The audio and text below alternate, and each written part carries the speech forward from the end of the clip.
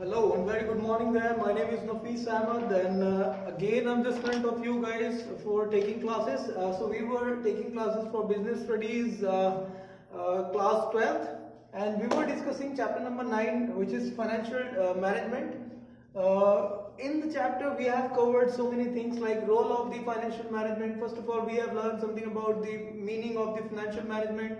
Then role of the financial management. We have already discussed the objective of the financial management yesterday and it was fantastic classes and you guys have enjoyed it. Thank you so much for your wonderful comments. And now we are going to discuss the financial decisions.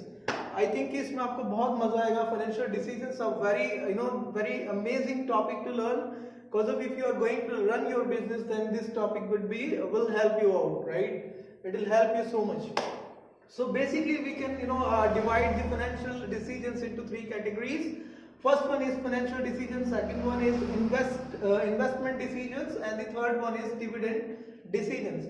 इसमें confuse नहीं होना कि financial decision तो ये भी है इसमें थोड़ा सा difference I tell you then this is the whole overall financial decisions, right?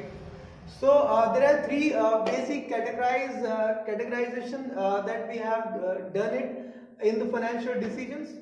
First one, financial decisions, investment decisions and the dividend decisions. So today we are going to discuss about the investment decisions और उसके बाद में ये जो दोनों हैं the financial decisions और the dividend decisions, hopefully we'll cover it tomorrow. तो आई होप कि इसमें आपको थोड़ा सा और एंजॉयमेंट आएगा. जो इन्वेस्टमेंट डिसीजंस है, as the name suggest investment. So the financial management take the decision for the investment, where to invest, how much to invest and when to invest, right? कहाँ पे कितना क्या इन्वेस्ट करना है आपको, वो सारी चीजें डिस्कस करता है, आपको फाइनेंशियल मैनेजमेंट डिसीजंस लेता है. And these decisions directly impact to your organisation. अगर एक भी डिसीजन गलत लिया गया तो आपकी ऑर्गेनाइजेशन डूब जाएगी, वो सिक कैटेगरी में आ जाएगी या बर्बाद हो जाएगी. तो financial decision does the importance in the business, और अगर आप कहा जाए तो ये बैकबोन है बिजनेस की, इसके बिना आपकी बिजनेस अच्छे से रन नहीं होगी. So while we talk about the financial decision, first we'll discuss the factor affecting the investment or the capital busting decision. So while we talk about capital busting decision, basically investment decisions में दो तरीके के decisions आते हैं. एक आता है fixed capital decisions, एक आता है current capital decisions. So while we talk about fixed capital or the fixed asset कहाँ कितनी fixed asset खरीदनी है, क्या करना है, उनसे रिलेटेड जो हम बस्टिंग करते हैं उसको हम कैपिटल बस्टिंग भी बोलते हैं, राइट? तो फिक्स एसेट्स कितनी रखनी है, कितनी नहीं रखनी, कितनी खरीदनी है, उसको हम कैपिटल बस्टिंग में डालते हैं और उसको हम इन्वेस्टमेंट में भी डाल सकते हैं. तो इसलिए यहाँ पे स्लैश करके दे रखा है कि कैपिटल बस्टिंग या इन्वेस्टमेंट डिसीजन. तो today we are going to discuss factor affecting the investment और द कैपिटल बस्टिंग डिसीजन. बात एक ही है, कितना कहाँ पे इन्वेस्ट करना है. So let's go through the first one, which is cash flow of the project. So while you are going to invest in the project, तो आपको ध्यान रखना है कि उस प्रोजेक्ट का कैश फ्लो कितना रहेगा, डे टू डे एक्टिविटीज में कितना कैश चाहिए लेने और देने के लिए, राइट?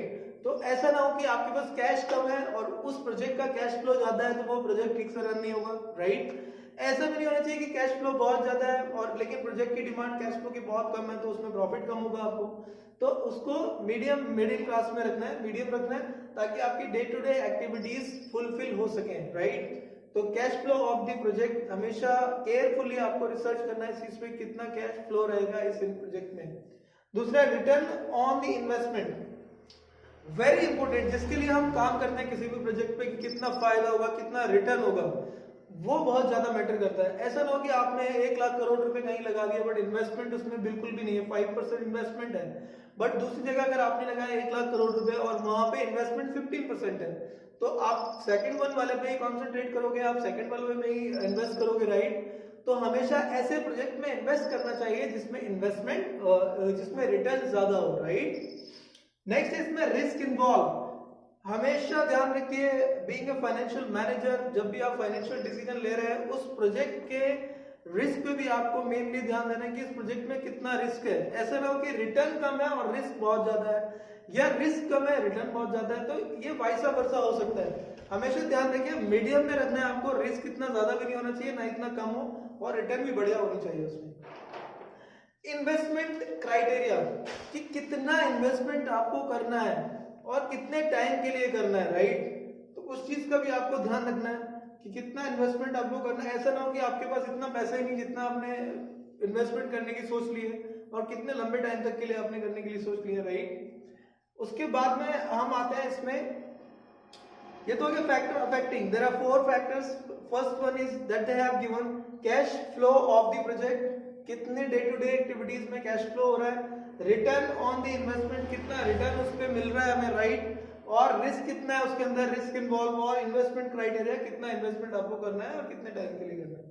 और अब इसके बाद में हम आते हैं कि इन्वेस्टमेंट जो हम डिसीजन ले रहे हैं किसी भी बिजनेस के लिए, सारी चीजें बी वेरी केयरफुल, सोच समझ के रिसर्च करके लेना है। उसके बाद में इसकी इंपोर्टेंस क्या है देख लेते हैं। इंपोर्टेंस ऑफ कैपिटल बस्टिंग या फाइनेंशियल इन्वेस्टमेंट डिसीजन, ध्यान रखना। इंपोर्टेंस ऑफ कैपिटल बस्टिंग या इन्वेस्टमेंट डिसीजन क्या है, उनकी इंपोर्टेंस। पहले कि लॉन्ग टर्म जो भी हम इन्वेस्टमेंट डिसीजंस लेते हैं उसका इंपैक्ट लॉन्ग टर्म के लिए जाता है बिजनेस पे, राइट। तो ध्यान रखिए लॉन्ग टर्म ग्रोथ उस पर डिपेंड करती है आपके डिसीजन पे। अगर आपका डिसीजन गलत लिया गया है, फाइनेंशियल डिसीजन 1 लाख करोड़ का आपने वो वाला प्रोजेक्ट सेलेक्ट कर लिया जिसमें 5% रिटर्न हो रही है और दूसरा वाला सेलेक्ट नहीं किया जिसमें 15% हो रही है, तो आपकी लॉन्ग टर्म ग्रोथ पे इंपैक्ट पड़ेगा डायरेक्टली, वो ग्रोथ कम हो जाएगी। नेक्स्ट इसमें large amount of fund involve, बहुत ज्यादा पैसा इन्वॉल्व रहता है। तो हमेशा एक डिसीजन जब भी आप लेते हैं सोच समझ के लीजिए, डिसीजन गलत ना हो जाए, क्योंकि ये डिसीजन अगर एक बार गलत हो गया दोबारा नहीं होगा फिर, राइट। दूसरा रिस्क इन्वॉल्व, इस पे भी रिसर्च कीजिए, कैलकुलेट कीजिए पॉसिबल, क्योंकि there are so many criteria where we can calculate the risk on behalf of that, कि कितना रिस्क हमारा इस प्रोजेक्ट में है। कम से कम रिस्क होना चाहिए, ज्यादा से ज्यादा अर्निंग्स आपकी होनी चाहिए। और fourth one which is very important, irreversible decisions. जो फाइनेंशियल डिसीजंस लिए जाते हैं वो डिसीजन बहुत रिसर्च के बाद, बहुत सोच समझ के, उनके इम्पैक्ट देख के, क्या अफेक्ट जाएंगे वो देख के लिए जाते हैं। क्यों? क्योंकि ये डिसीजन इररिवर्सिबल होते हैं, इनको रिवर्स नहीं किया जा सकता। अगर एक बार ले लिया डिसीजन तो दोबारा वापस नहीं होगा, राइट। जो एक बार हमने फॉलो कर लिया तो कर लिया, फिर उसमें करना है तो करना है। क्योंकि अगर आपने एक बार उसको फॉलो करने के बाद फिर वापस हटेंगे तो उसमें जो इन्वेस्टमेंट होगा वो आपका खराब हो जाएगा, पैसा आपका खराब हो जाएगा, उसमें रिसोर्सेज वगैरह भी आपकी खराब हो जाएगी, राइट। जो भी आपने फिक्स एसेट मशीनरीज वगैरह लिए हैं। तो ध्यान रखिए इंपॉर्टेंस क्या है इसकी, लॉन्ग टर्म ग्रोथ इस पर डिपेंड करती है आपके फाइनेंशियल डिसीजंस पे। Large amount of fund involve रहता है क्योंकि इसमें फिक्स एसेट वगैरह आपको खरीदनी होगी, मशीनरीज खरीदनी होगी, राइट। बहुत सारी रिसोर्सेज आपको खरीदनी होगी, रॉ मटेरियल वगैरह।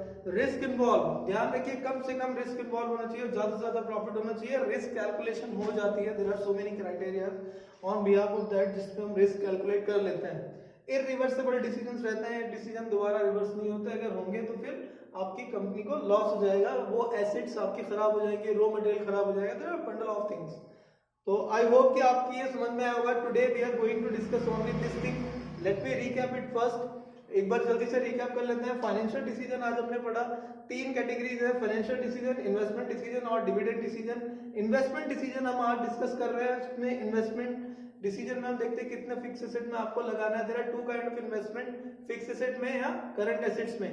तो जब हम फिक्स एसेट की बात करते हैं तो फिक्स एसेट को हम करंट कैपिटल बस्टिंग में भी कह सकते हैं कि फिक्स एसेट में कितना पैसा लगाना है, बजट तैयार करना है, तो उसको हम कैपिटल बस्टिंग भी बोलते हैं।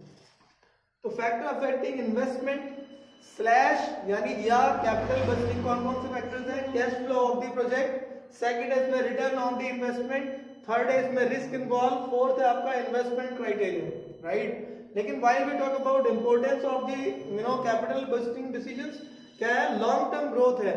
अगर डिसीजन सही लिया तो लॉन्ग टर्म फायदा होगा, गलत लिया तो नुकसान हो जाएगा। Large amount of fund involve है, राइट। बहुत ज्यादा पैसा इसमें इन्वॉल्व रहता है, अगर थोड़ा सा भी डिसीजन गलत हुआ तो पैसा खराब हो जाएगा आपका। रिस्क इन्वॉल्व, रिस्क कैलकुलेट कीजिए अच्छे से, उसके बाद इसमें इन्वेस्ट कीजिए। इररिवर्सिबल डिसीजंस एक बार जो लिए जाते हैं वो रिवर्स नहीं होते, समझ में आया आपको? So this is all about for the today's class. I hope you guys have enjoyed it and you guys are enjoying at your home as well. मजे कीजिए खूब अच्छे से और क्लास भी थोड़ा पढ़िए। Please do not ask me कि सर PT1 का सिलेबस क्या है। I have written so many times in your group और मैंने बताया भी आपको, मैसेज करके बताया, वीडियोस में बताया कि आपका PT1 में चैप्टर 2 आएगा खाली, ठीक है। अगर उसके अलावा मतलब उसको अच्छे से पढ़ लीजिएगा, वो उसमें से ही मैं दूंगा सारी चीजें, ठीक है। So I hope you guys are enjoying a lot. This is all about for the today's class. Thank you so much. If you are having any doubt, any small doubt in this, please talk to me, reach out to me. I'll help you out then and there. ठीक है। और notes जब भी आप बना रहे हैं, notes आप मेरी वीडियो से थोड़ी हेल्प लीजिए, नोट्स के लिए आप अपना थोड़ा दिमाग लगाइए, और नोट्स के लिए आप नेट से भी थोड़ा लेटेस्ट एग्जाम्पल और लेटेस्ट चीजें आप ले सकते हैं, but basically I need all the things from your mind, ठीक है। थैंक यू सो मच, मजे कीजिए, आज के लिए इतना ही था। I'll see you at the same time tomorrow with the new topic. Enjoy the day, enjoy your life, enjoy your class as well. Take care, bye bye. Have a nice day.